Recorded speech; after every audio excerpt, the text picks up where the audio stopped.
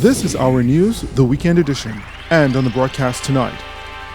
A Grand Bahama MP weighs in on the state of Grand Bahama post-Dorian, painting a gloomy picture. The state of affairs is sad. Plus, the Prime Minister says the Grand Bahama Airport opening is essential to that island's economy. And later on, keeping Bahamian culture alive through edutainment.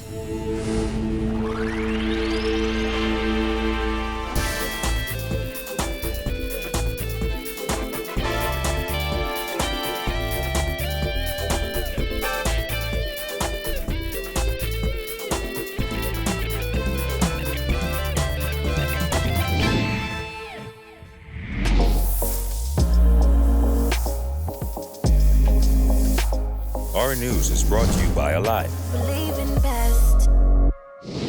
Good evening, I'm Andrew Knowles, and thanks so much for joining us. Topping news tonight, Pine Ridge Member of Parliament Frederick McAlpine is predicting it will be a difficult Christmas for many Abaco and Grand Bahama residents in the wake of the devastation caused by Hurricane Dorian. McAlpine's comments come after a recent survey showed nearly 50% of Grand Bahama residents were unemployed after the storm. Our Jasmine Brown reports. McAlpine was candid in his comments as he insisted the situation does not look good for Grand Bahama given the recent release of those job numbers. The state of affairs is sad, it's gloomy, it's misty, it's hazy, and it's foggy, and people are actually looking for help. They need help. The Social Services report titled Post-Hurricane Social Trends in Grand Bahama took an in-depth look at the situation in Grand Bahama as of November 5th. The assessment found that nearly 50% of people on Grand Bahama are unemployed after Hurricane Dorian. In Freeport, 47% of people were unemployed. In East End, 48% of people were unemployed, and West End had the highest number of unemployed at 60%. In May, the island's unemployment rate was 10.9%, according to the data from the Department of Statistics. McAlpine, who has been on the ground assisting those in need since the storm, says the numbers aren't exactly shocking. I'm not surprised because I've been saying this for a while in most of my speeches recently that perhaps the unemployment would have quadrupled. And so hearing that at 50% is really not surprising. But it does speak to the fact that there are a lot of hurting people in Grand Bahama, and a lot of people in Grand Bahama are unemployed. The Pine Ridge MP is not the only Grand Bahama Member of Parliament to weigh in on the assessment. Outside Cabinet on Tuesday, Deputy Prime Minister and Minister of Finance Peter Turnquest admitted it was a concern, but expressed confidence that the island would rebound. McAlpine says while the government has touted recently announced projects as catalysts to get Grand Bahama back on track, he's not sure things are happening quick enough. Everything still seems to be in the pipeline. And what scares me, this is the ending of 2019. And if you've not really gotten a foothold, 2020 is your last year. 2021 is basically a campaign year. So there's not really much can be done. What you have not accomplished in 2.5 years, it's going to be difficult to accomplish in the next 1.5. Reporting for Our News, I'm Jasmine Brown. Prime Minister Dr. Hubert Minnis says Grand Bahama's airport is vital to that island's economic recovery. Our Jared Higgs tells us he recently addressed a potential sale of the facility. Minnis says government remains in talks with the relevant stakeholders as the need for a functioning international airport on Grand Bahama grows by the day. The airport is currently owned 50-50 by Hutchison Whampoa and the Grand Bahama Port Authority. Tourism Minister Dionisio de Aguilar recently revealed that government was considering buying the airport. Whatever happens, Minnis says with the Grand Lucayan sale getting closer, the airport needs to be ready to go as soon as possible. We've been affected by the hurricane, and therefore it's essential that as the hotel come on stream, you would only have a small lull in terms of getting the airport back to normal. So the government is presently in discussion with the owners of the airport, Port Authority and Hutchison, because it's essential that the airport open as quickly as possible. Grand Bahama's airport is vital to the island as it tries desperately to turn its luck around.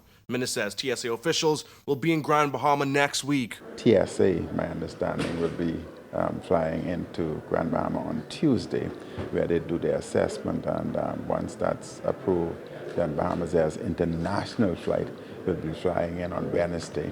And Minister of Tourism is aggressively in discussion with the other international American and other alliances to see when they would come on board. TSA will also head to Abaco after its Grand Bahama trip. Once that assessment has been approved, then we expect international flights to fly into Abaco on Saturday. The first flights that would fly in would be Bahamas Air, and usually the procedures, they would be there to essentially observe the entire mechanism. Reporting for Our News, I'm Jared Higgs. 3 months after Hurricane Dorian wiped out parts of Grand Bahama and Abaco, Central Bank of the Bahamas Governor John Roll says the return of tourism business as soon as the first quarter of 2020 is important for those islands' economies.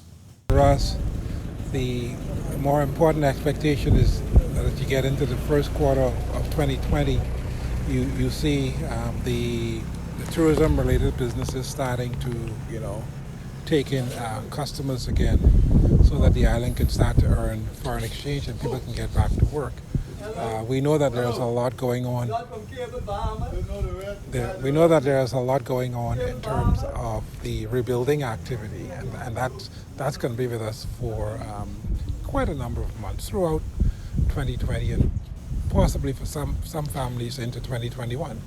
The economy overall is expected to contract by 0.6% in 2020. That's if there is weak tourism performance during the first half of next year, according to the 2019 Fiscal Strategy Report. We see a longer recovery path than for businesses, and that is because when it comes to the business sector, a lot of what drives the economy are the very large properties in the resort sector, and we're very optimistic that in terms of Grand Bahama and Abaco, that during 2020 you will see the gradual re-entry. As a matter of fact, for Grand Bahama, it's expected that that process will happen faster than Abaco. In news from police, one man is dead following a traffic accident here in the capital overnight. We're told a male was driving a gray Honda Accord traveling east on the Tonic-Williams-Darling Highway around 3 this morning when he was hit from behind by another male who was driving a white Honda Inspire. Police say both men lost control of their vehicles. The driver of the Honda Inspire was pronounced dead on the scene, while the other driver was taken to hospital. He remains in stable condition. And still ahead tonight, despite missing several weeks of school, the Education Minister maintains students from Grand Bahama and Abaco will not receive any extra time for the national examinations. Plus, flag football becoming a popular sport for kids. That's coming up when Our News, the Weekend Edition, returns.